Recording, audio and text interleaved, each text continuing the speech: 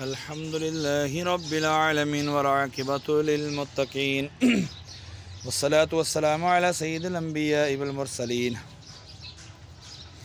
جزا الله عنا سيدنا ومولانا محمدا صلى الله تعالى عليه وآله وسلم ما هو أهله صلاة وسلام عليك يا رسول اللہ۔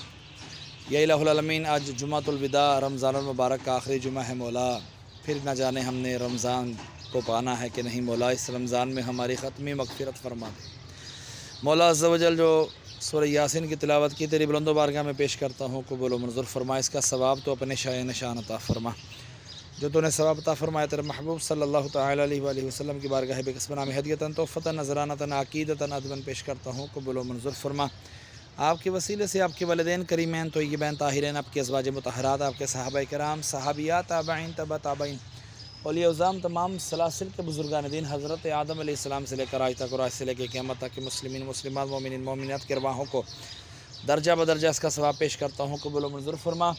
خصوصاً بالخصوص ہمارے محسن بھائی کے والد مرحوم حاجی امجد مرحوم کے ارواح کو اس کا ثواب پیش کرتے ہیں، قبول و منظور فرما۔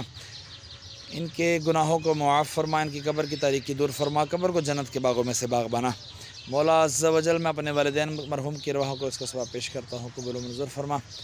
ان کی قبر کو جنت کے باغوں میں سے باغ بنا، ان کی کفن کو جنت کے کفن سے تبدیل فرما۔